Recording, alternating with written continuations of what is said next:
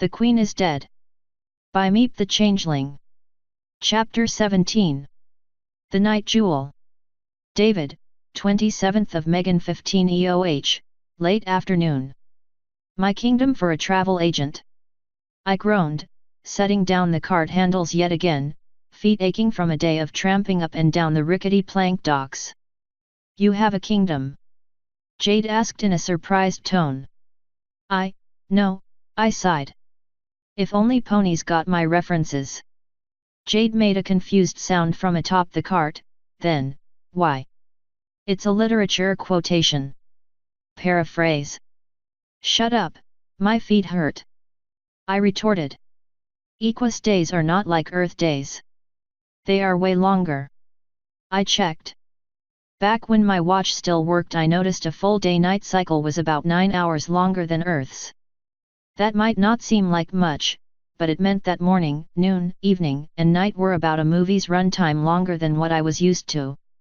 So, spending the afternoon tramping about looking for someone willing to give a ride to me was that much longer. Thus, there was that much more walking and cart pulling on shoddy, first-year apprentice-level boardwalks. I could have built better boardwalks than this with only hand tools. That's counting me having to get the wood myself. There were gaps between the planks I could fit my hand through, and almost no boards were flush. Pulling a cart over this was hell on the back and arms. Walking on this even in my good boots was hell on my feet and knees. This wasn't my old body, why did it feel like it? Because these docks sucked. That's why. Fuck these docks with a rotting Cornish game hen on a stick. Your feet hurt? I mean Lily, asked in a sort of confused concern. Yes. I don't have hooves. I have feet. It's soft skin. Why do you think I always wear boots? I griped, giving the girl a colt a miserable glare. I thought it was a fashion thing, she admitted shyly. I can help if you like. Do you know exactly why they hurt? I turned to face girl for the ship ride and gave her a confused eyebrow raise. Oh. She giggled, giving me a small grin. I can try to reshape your feet to reduce pain after walking long distances. Or, well, you're a doctor, if you tell the why maybe I can make a better solution. Ah. I nodded. It's these goddamn boardwalks. The shitty construction means I have to work overtime to stay balanced and to get enough traction to pull the old wagon here. Extra stress on the ligaments, extra pressure on the bones, muscles all working overtime. It's just beyond my physical fitness, which seeing as I can pull this thing for days in the forest out there, makes me want to set fire to these docks and build them better ones. Lily nodded and gave her tail a quick swish. I can do that. Just a simple stamina boost. No big deal. I felt my lips purse into an irritated frown. Seriously?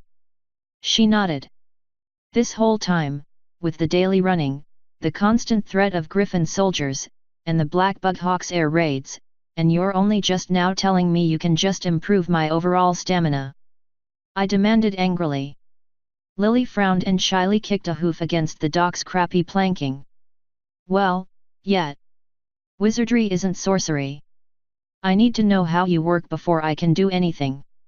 I got an okay idea of simple things now. You're not a pony, I had to observe long enough and stuff. Oh. Well, I felt like a bit of a dick. Sorry about yelling. It's okay. You don't know how magic works. Lily soothed. She took a few steps forwards and stroked her chin with a hoof, then nodded. Yes. I think I've seen you move enough to make the spell work. I can't make you have super endurance, but I can try to put your body into its peak physical shape. But what? Jade and I asked together. It will take at least 2 hours, and I'll be out of energy afterwards. Lily explained with a sigh. So, we need to get a ship.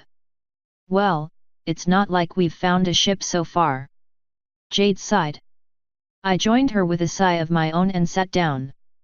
One of the perks of being a dog was no pony here was going to tell me to move my cart.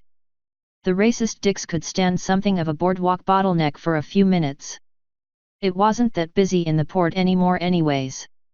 I'm sorry guys. I apologize. If I thought you could make it on your own, I'd leave so you could get passage. 14 ships, 14 captains, and 14 offers of more than a fair compensation in both coin and some of my cargo. 14 NOS, because they don't want the savage aboard their ship. Sure, there were a few more ships left to try, but statistically speaking, we should probably just build a raft and buy some sailcloth. It's not your fault. Lily said, ears drooping, they don't know you're a good dog. Jade giggled at her unintentional joke, I smirked. Thanks Lily. I said shaking my head. For what? She asked, before her eyes widened in realization. Oh my gosh. I'm so sorry. It's fine. It was funny. I chuckled. I turned to look out over the ocean. The small fleet of small single-masted ships blocked most of the view, but the ocean was still pretty breathtaking. There had to be some way to get aboard one vessel or another. A sharp metallic scratch made my ears twitch. Halfway through my turn to see what had made the Zippo-like sound, an eerily familiar voice greeted, "Fancy seeing you two here." I turned in time to see the pale white mare from Applewood, leaning against two crates, a freshly lit cigarette glowing between her teeth. Holy shit! I exclaimed, jumping up and ignoring the resulting protest from my shins. I never thought I would see you again. That gun you paid for saved my life, thank you. She smiled gently and brushed a lock of her mane to one side. You're welcome. See? That's why you pay karma forwards. Wait a moment. Her eyes narrowed for a moment before opening again in recognition. Hey! Azza, you're with these two? Fancy that. Turning back to me she explained, the two of us met at Butterscotch's pub last night. Lily, beamed what's her name a smile of recognition, OJA. That was you. I honestly can't remember a lot of last night do you? The pale mare cracked the biggest grin ever and shook her head, biting on her cigarette to hold back a laugh. Hat. Sorry kid, but no. That unicorn brews a hell of a mead. I frowned sadly. I'd been hoping we could have been enlightened on where Lily had been pierced. I would have loved to meet their maker. Or whomever had made her that contact. Jade asked in a concerned tone, hopping down from the cart. Why are you here? Business. She replied immediately. Waiting on a ship to finish unloading. How about you lot? Following a mare around for no good reason. She gave me a creepily playful wink at the end of her sentence. I shuddered. God, I hope that nearly albino, frankly a bit creepy, mare wasn't hitting on me. No. I said hesitantly. We're actually trying to book passage to Zebrica. Jade quickly stepped over to me and hissed, why did you tell her that? She obviously followed us, she could be a changeling. The mare chuckled, I'm not a changeling. If I were, I would be a unicorn. The horns are cute. My name's Dusk, I'm something of a business mare around these parts.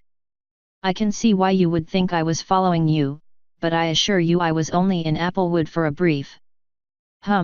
Let's call it setting up some dominoes for a personal enterprise. Well, I did give her one thing. She certainly sounded like a businessperson.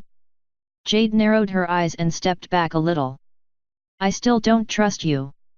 Dusk nodded with an understanding expression on her face, I don't blame you.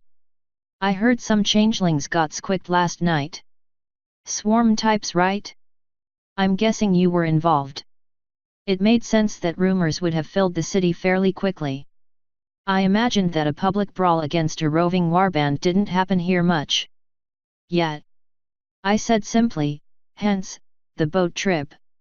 She took a long drag on her cigarette, letting out a puff of smoke which I swear for a second looked exactly like a pony's skull. How much gold do you have?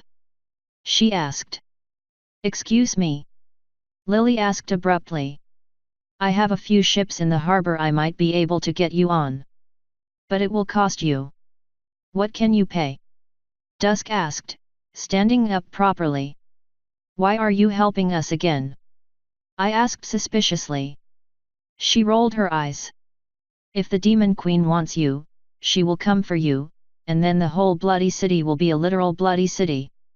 If you were involved in what I heard was a changeling infiltration group clocking out, she wants you dead. Hence, if you stay here, my business will go in a direction I really don't want. Thus, it's in my interest to get you out of here. Get it? Jade frowned, but nodded. That makes sense. It did. I turned to give Lily a questioning look. She nodded. All right. We have 200 lions. I answered. Dusk nodded twice, a look on her face suggesting she was in the middle of mental math. Okay, and where do you want to go? We were hoping to get as close to Keys and Zebrica as we can. I replied. Keys? She asked in surprise. That's a little far for a Stalingrad ship. I sighed, so I've heard. But how close? Oh no, I can get you there. Dusk said, holding a hoof up in a wait gesture. Just not on a local ship. There is a ship coming in a few hours from now, assuming she's on schedule. She's called the Night Jewel. Well, if you don't object to sailing with, let's call her an independent merchant vessel. That is, I can get you safe passage on her. Her captain owes me a favor. With a little gold to grease his hooves and that debt considered paid, which isn't very much before you object, I can get you and your cargo there to Keys. An independent merchant, you say? I asked sarcastically. I'm guessing that her captain trades in all sorts of random things and is an aggressive negotiator. Quite so, Dusk agreed, taking a puff on her cigarette, but also a zebra of his word. You'll be quite safe. I don't get what's wrong with taking some merchant's ship. Jade said in a baffled tone. I heard Lily's face hoof echo off the city wall. She means it's a pirate vessel. Lily whispered. And that means, what, exactly? Jade asked. Dusk and I shared a long look. The look an old soul gives when the young has demonstrated the downfall of their youth. I'll do it. Dusk said after a long quiet moment. Thank you. I grunted. A pirate, Dusk explained, is a sailor, whose activities at sea are not always legal. It's not quite fair to think of them as bandits. See, running a ship is expensive. They are more like business ponies who care nothing for the rules of landlubbers. Jade's fluffy Pegasus ears drooped in concern. Then that doesn't sound safe. In general, no, it is not. However, in this case it is. Dusk insisted. Captain Sudi doesn't trade in slaves, and won't break a deal with someone once it's made. Mind you, without that deal he would most certainly leave you bleeding out and sell your things at market, but so long as a bargain is struck he holds to it. There was an important decision to make here. On one hand, we didn't have to get all the way to Keys in one shot. On the other, the more distance we put between us and the swarm, the better. Yet to get the distance we wanted, we would have to trust this mare and a pirate. But back on that first hand, if we couldn't find a ship by sundown. Shit, I groaned. Turning to face Jade and Lily, I shrugged. She has us by the balls here. We won't get a ship on our own, so the sun sets and we have to leave town. That happens, and the swarm gets us. We can't escape them on foot. We need to take her bargain. Lily nodded, biting her lip nervously. You're right. I don't like it though. Jade nodded. This is really risky. But yet. Dusk cleared her throat. So then, how about you give me 150 lions, and I'll have some pony sent to fetch you when your ship has arrived. I narrowed my eyes in suspicion. What is keeping you from pocketing it and running off? She smiled for a brief instant. Smart man. Will a contract ease your mind? I can write one up right now. It would. I replied firmly, Also half now, half later. Fair enough. Dusk replied before pulling a black notebook from seemingly nowhere along with a silver quill. She scribbled out a few short lines, then signed her name on the page, and held the quill out for me. I scanned over the text. It was clear enough, a simple statement of agreement to arrange safe passage to keys aboard the Night Jewel, with failure meaning the 150 to be returned to us with an additional 100 for the trouble. I signed the page. Dusk gently tore it out and handed it to me. There you are. I nodded, took out the coin pouch and counted out the agreed 75 lions. And here you are. She took the coins, tucked them into a small bag she had hidden behind her mane, and nodded. If you three will simply wait on Dock 12, your ship will be here in 3 or so hours. I'll have word sent to Sudi to expect you, and you simply pay him the rest of the gold. Sound good? I nodded. Sounds good. Thank you again. If this all works out, and I ever see you again, I owe you big. She shook her head. No you don't, this is benefiting me far more than you. This city is precious to me, it's a growing crystal in this pig's trough of a nation. In 1,000 years who knows what she may be? I do not want to see its streets run with blood. You owe me nothing by steering the swarm's wrath elsewhere. Dusk gave us a polite nod and turned, walking down the dock. Have a nice trip every pony and dog. Everyone stayed quiet as the cigarette-smoking mare retreated into the distance. We all knew it. Only an idiot couldn't tell what was going on. Yet someone had to say it. Right. Odds are great this is a trap. I said, just because someone had to. J.A. Lily added. You said a few days ago, you could make mana potions. I think I should try to enhance you, and you should make some of those. Good plan. I said in agreement. Jade, what's your input?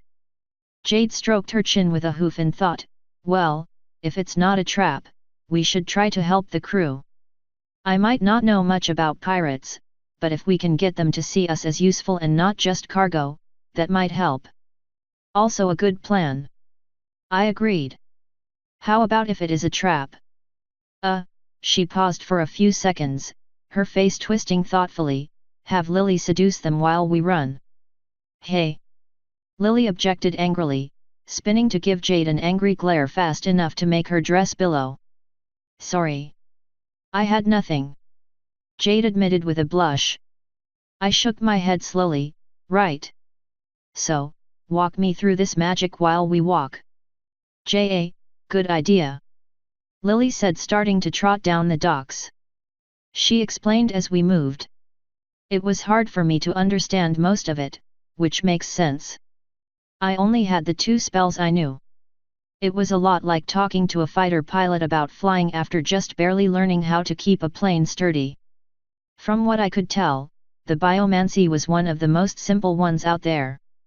The magic would slowly run through my body, and artificially make changes to it in the same way years of working out would.